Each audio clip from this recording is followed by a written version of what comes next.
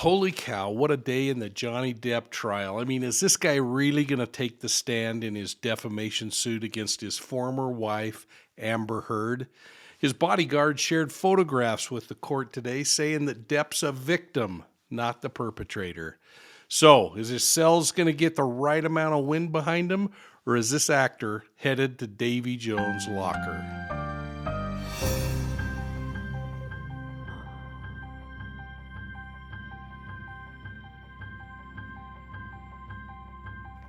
Well, hello, everybody, and welcome to this week's Crime Recap on Profiling Evil. We're pushing it ahead a few days because of the Johnny Depp trial. I've been wrapped up with Court TV looking at this case and wanted to share with you a couple of ideas because something big is happening. Johnny Depp's going to take the stand. Now, as we get started, take a moment, hit that like and subscribe button. And remember, we're doing it early because Court TV and Johnny Depp's case is taking the headlines. I joined Julie Grant today to talk about whether we can believe or disbelieve Depp's bodyguard. Listen as Julie and I speak about the challenges that sit before the jury. And think about this if you were sitting on the jury. Bringing my guest quickly. We have with us retired police commander and the host of the Profiling Evil podcast, Mike King, joining us from Salt Lake City, Utah. Commander, great to have you on the show today. Thank you for being with us. We're going to watch this testimony. Oh, thank you kindly. We're going to watch all this together in just a couple of moments. We think it's going to be the head of security for Johnny Depp and his entourage that's going to be taking the stand. As somebody who's been part of law enforcement serving for so many years, as this individual did, he served in Los Angeles before going into private work. How much how much credibility can a guy like that bring to the witness stand when he's got that police experience but testifying really as a lay witness in this civil case? If this fellow has witnessed domestic violence, that puts an incredible amount of pressure on him then and now to tell the truth and to talk about what's going on. This is where we get to see and where our viewers really get the challenge of seeing this difference that occurs between our different personas in life. This public persona that we're seeing with Johnny Depp and this amazing personality, but then there's this private personality that only people close to him get to see. And then periodically, and this is for all of us, Julie, periodically that secret persona comes out where things happen. And I think this thing's showing that it can go both ways, and it really highlights how important it is to understand the dynamics of domestic violence and the fact that it just doesn't get better on its own. Domestic violence sits at the core of this case, and we can't judge too quickly who the victim is or who the predator is. In fact, we might find that neither person was, and yet the evidence is certainly pointing toward both playing a role in this thing. Now, this is not victim shaming. It's not pointing fingers at one side or another, but there are some real common signs of abusive behaviors in partner relationships that go beyond physical abuse. This case, it sounded more and more like there was both physical and emotional abuse. According to the experts, this domestic violence problem includes emotional abuse, things like telling your partner that everything they do is wrong, everything about them is wrong. It might be displayed in extreme jealousy of friends or time spent away from the other person. We're seeing signs of distrust in this situation, and we're going to be looking at some pretty prominent names coming on to testify about whether there were relationships going on or whether there wasn't. Domestic violence and coercive behaviors include things like insults, demeaning or shaming characteristics, control of decisions or income or employment. It can include placing pressure on another person to use drugs or engage in intimate acts. You know, folks, rarely do these things improve on their own. My personal opinion is they only get worse. And if you or someone you know is dealing in a situation like this, get out and get help immediately. Now, sometimes it's not possible to get out very quickly, so start putting a strategy in place to safely get away. Now, let's listen as Julie Grant and I explore this phenomenon just a little bit further.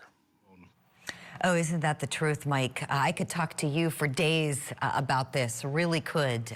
It is a tough topic to discuss. It's uncomfortable. And Yes. what I think is really great about this case, one really, really positive takeaway is it's shining a light on this topic that can be very misunderstood, very difficult to talk about. It can be embarrassing. It has kind of a stigma to it when it shouldn't. It knows no boundaries, as you know. It knows no socioeconomic status. It knows no limits when it comes to education. It affects everybody. Domestic violence affects us all. And so you're right, to understand it is to help prevent it. And here, I think the jury's kind of getting a little bit of a lesson on it, aren't they? Oh, I'll say, and you think about this, and the argument always goes back to this idea of, is this nurture or nature that creates this? Well, there were two people playing and being involved in this situation that certainly looks toxic at times when you see some of the testimony that's going back or coming out. But as you look back in even Depp's life and the responsibility that he's shared with the community about his relationship with his mother, how the violence in the family was, his sister's testimony. Again, but does that make someone an abuser? No. In some cases, some would suggest that it does, but this thing is really going to boil down to getting the full picture painted.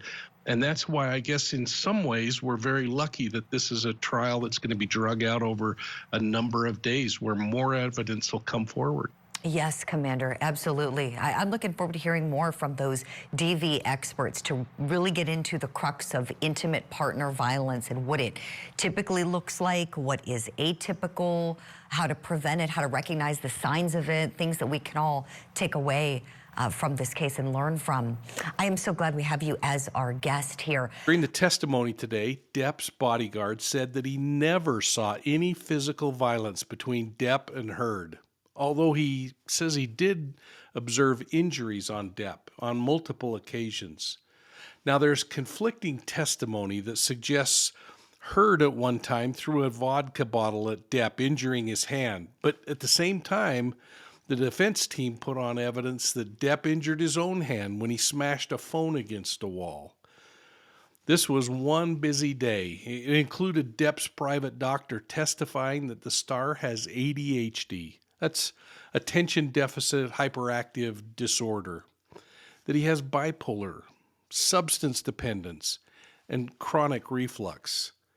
His nurse was questioned for a really long time, and it caused Julie and me to question the strategy of dragging this thing on like they were. Listen into this. All right, I have an idea I want to share with you all watching at home and bounce it off of my analyst guest, Commander Mike King. And that is that I think if you're a trial advocate and you've got these videotaped depositions with important testimony that you want in, you should break them up and put a live witness on the stand in between them, give the jury some variety so they don't feel like they're in school watching a presentation. Commander, what do you think?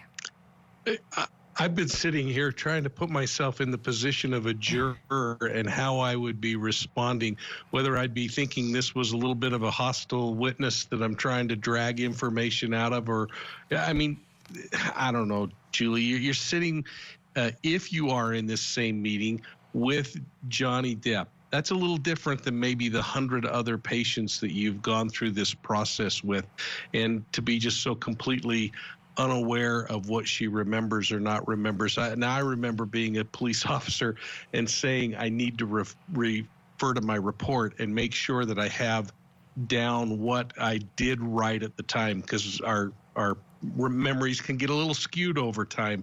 But gosh, I just feel like there's a little bit of battling going on there.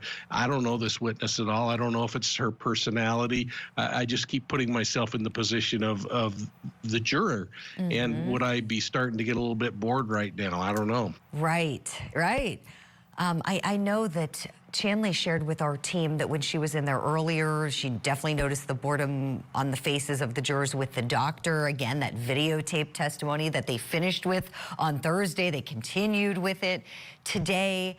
And I keep thinking of when when you are a trial attorney and you have to line up your witnesses, you have your ideal order that you want to present them in, but we know everybody has lives. People are people. They have families, jobs. You can't always have the ideal situation in terms of what you're presenting when.